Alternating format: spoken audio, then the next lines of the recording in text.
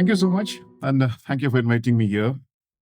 Well, right at the inception, please don't look at me with culpability.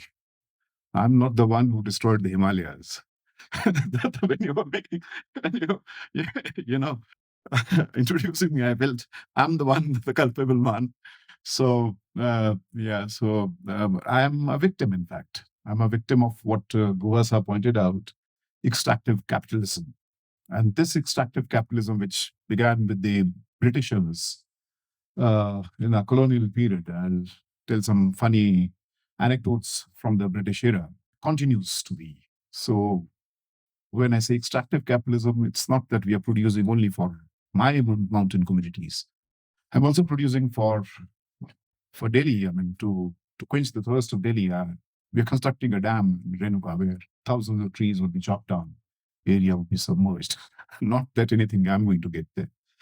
So yeah, but before I jump into the whole process of what you should not be doing here, and the mistakes that we committed and we were rather forced to commit, I think I would like to go, and before I come to this whole phase of planning, non-planning, what to plan, what to build, where to build, I want to go back to Dr. Lal. I mean, very evocative, and I'm intrigued. I'm really happy to be here, listen to you.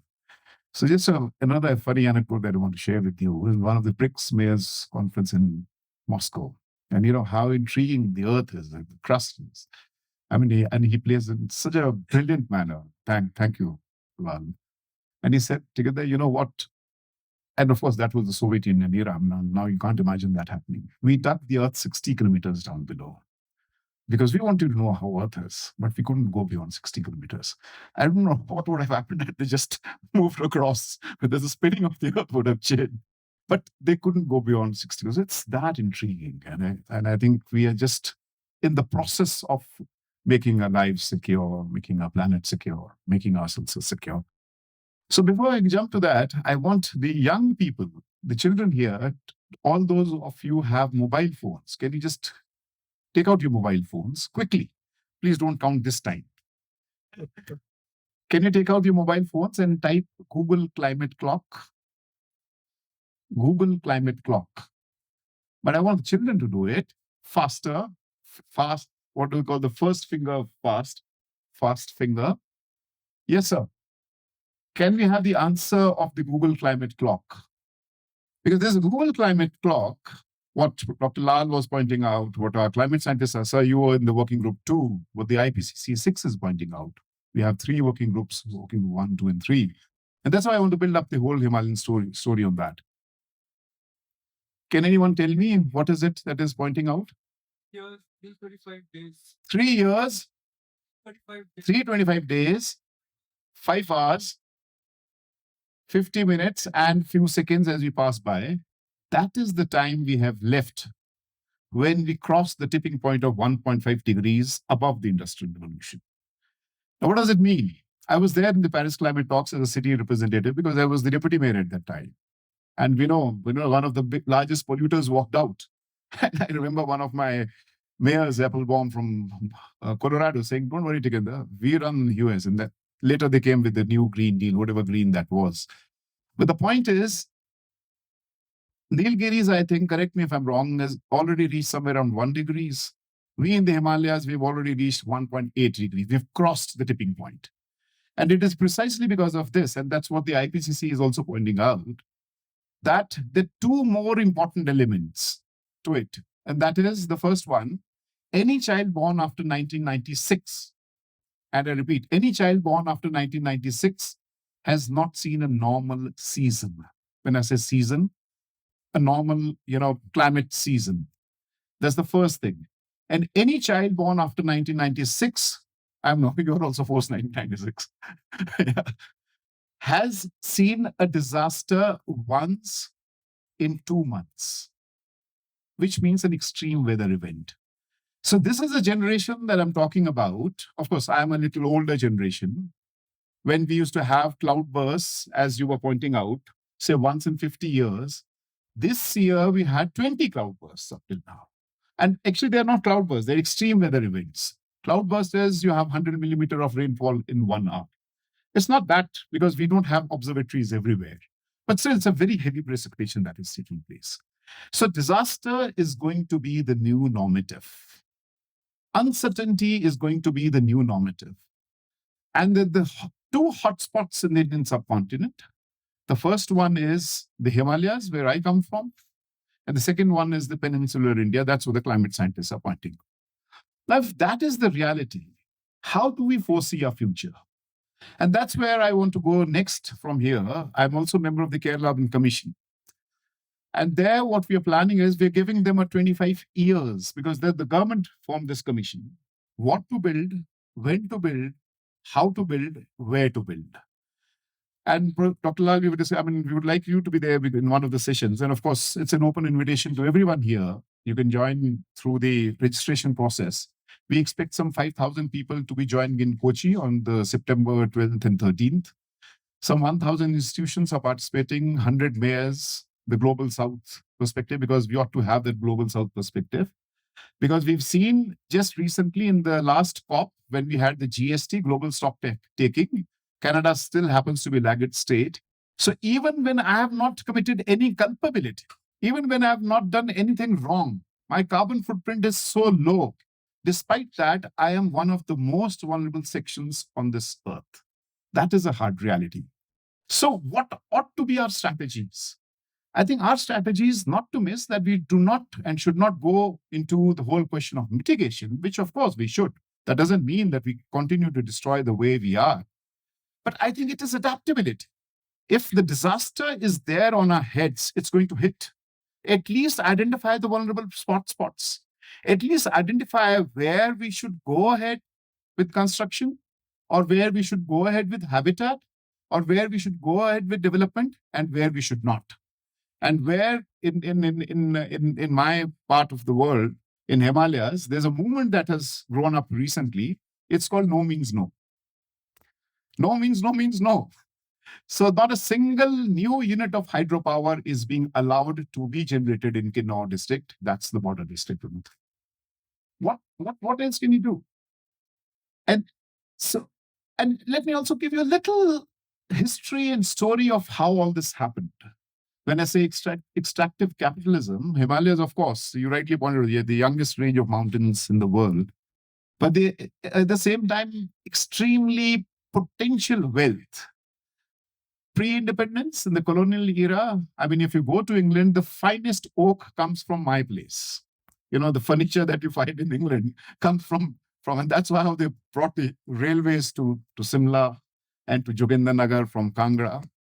Then not just that, I mean, Goa only, I mean, if you see the colonial history, I mean, Goa points out the lakhs and lakhs of logs that were put under the rail, that's how the rail was spread, came from the Himalayas. You know, the best trees were chopped down.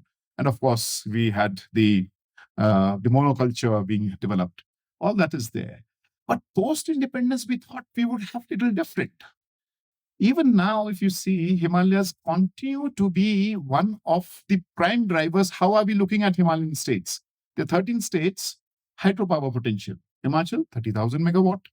Arunachal, 35,000 megawatt. So it's the hydropower potential post-90s and the new financial architecture. It's not that we didn't know how to produce electricity. Mind you, 1970, we became full statehood. 1980s, we were 100% electrified and very poor density we have, very low density we have. Despite that, we were 100% electrified by 1980s. Come the post-90s, what I call the new financial architecture. And our government of India says, look, boss, there's no money for you to, for us to develop your social infrastructure. You have to develop your own. You have to build your own resources. You must ensure that your, the term that they coined, fiscal, you are lucky. That's why Goa pointed out. You are lucky because you are not a state. You're part of the state. So there is a buffer between Chennai, Madras, and Ooty. We don't have that buffer. We have a direct connection from New Delhi to Simla, or from New Delhi to Uttarakhand, or from New Delhi to any other part. And our buffer is gone. And then we are also a sandwich between the border, what he was pointing out. So anything we resist, look, this hydropower is not good for us. They say, no, we have to take our road to the borders. Our tribal communities are saying we don't want railways there. but we are taking our railways. Whether those railways will ever remain or not remain is a big question mark, because of the way we are constructing, and also because of, so what you're pointing out, the kind of rock formation we have. So even in the post, the whole question of containing the fiscal deficit. Now, what are the resources we have? Blatant hydropower generation. Another resource we have, massive tourism. Imagine we have a population of 200,000 in Simla. I get 45 million tourists. Imagine we have 6 million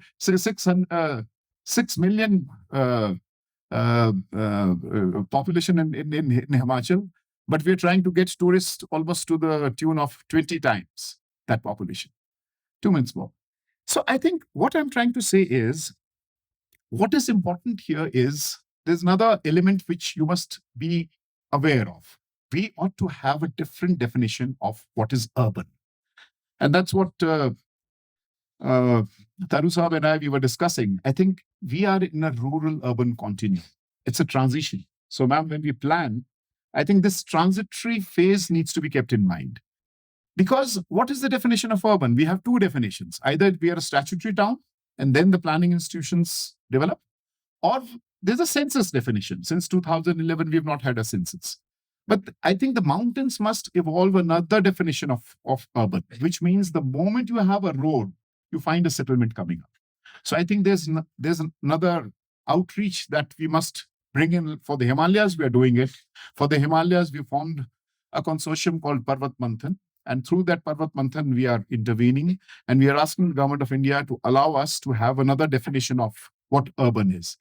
So which means more planning institutions to start planning for the mountains. But the planning is inherently faulty. And not, ma'am, I'm blaming you, because I was teaching in SPA Delhi for 6 years. Not that I'm a trained planner, but I tell them how to build cities, not the way you are building cities. But the city, how do you build cities? For the simple reason, what you build on top must qualify how much strength you have below. So the strength of the rock below, which means in technical terms, it means you cannot have a single zone, whether it's green or whether it's core or whether it's open, because even in open, you will have certain subzones which would be extremely vulnerable. So once you have in this larger context of climate change, a zone which is extremely vulnerable, even if your planning institution approves an FSI of, say, 1.5, you are gone. So I think all that mapping has to be done. But then how do you do this mapping? That's where I'm going to end, John sir. I think it's not a consultant-driven, technocentric. We are doing it in Kerala. But in Kerala, we have all the geospatial mapping. You come on 12th and 13th, we'll show it to you. Any patch of land you name, and we'll show you, exhibit 13 layers of data on that. Right from rock formation to the water contours to the socioeconomic status. So what about the socioeconomic status? And on top of that, I think the third layer is that any master plan or, say, the regional plan should be preceded by a climate action plan. Or there has to be some process in which you integrate it. Unfortunately, in Kerala, of course, we had that advancement. So we've brought in a big disruption. Without a major disruption, you cannot just move ahead. So what is this major disruption? We have completely reoriented the governance profile in Kerala. We have suggested them, get rid of your commissioners. We don't want commissioners. Bring in all the planning institutions under the city government. Take the city government to a city cabinet level. Bring in people from outside, if they're competent enough. Appoint them as city executive for 5 years. Of course, a senior bureaucrat can also apply. But a senior bureaucrat you train for 1 year, and then a call comes from Chennai as transfer, doesn't make sense. We've said at least 5 years term for the mayor and also for... So you ought to have this kind of coalition and integration of many institutions together. But the planning, and so we have recommended some advisors to the mayor, for example, climate advisor and an urban planning advisor. So I think maybe through Nilgiris, we ought to think a little differently, because without a major disruption, and the disruption should not just be, when I say technocentric, it also has to be very bottom-up approach. What are the processes in which we are achieving our evidence-based, realities that emerge. And if that process is missing, last minute, I think we must also go not from, but I think bringing together the convergence of technocentric, top bottom and also bottom up. And let me share this last funny anecdote. And this anecdote comes from the Andamans. Why conventional wisdom when we were speaking about the Todas and others who have lived here for like centuries and centuries together needs to be recorded, brought in, because they have survived. Their resilience capacity is far higher than any other community. So in Andamans, and I'm sure many of you must have heard this anecdote long ago, when tsunami hit, and we lost lots of people. And then there was this district collector who went, he said, let us find out our tribal communities because it seems they have been wiped out. So they went to their habitat and realized there was no one. There was no one. And then they said, oh, seems they have been wiped out, extinct. And then they find someone raising a hand on the mountaintop. He said, look, we've not eaten for days together. Please give us some ration, some interlocutor. And this, the collector asked, how did you survive? We couldn't survive, we lost. He said, look, boss, we have this wisdom. When at the seashore, when the wave recedes, the ants generally go back to the sea. But we witnessed when the tsunami was coming, the ants were not going back to the sea, they were coming to the mountains. We realized something ominous is going to happen. And we just rushed to the mountains. Not a single person died. So I think, how do we create these processes? These are anecdotes, good to hear.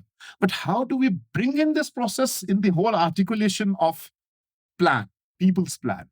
That will, I think, lay ourselves into a secure future. Else, the IPCC is pointing out, screaming at us, we are living at the verge of disasters. This is an era of disasters. I do not know how long. The point is, who is going to survive? Cannot say. But the better we are equipped, there's a greater chance of survival. There's a greater chance of survival of assets and of human beings. Thank you so much.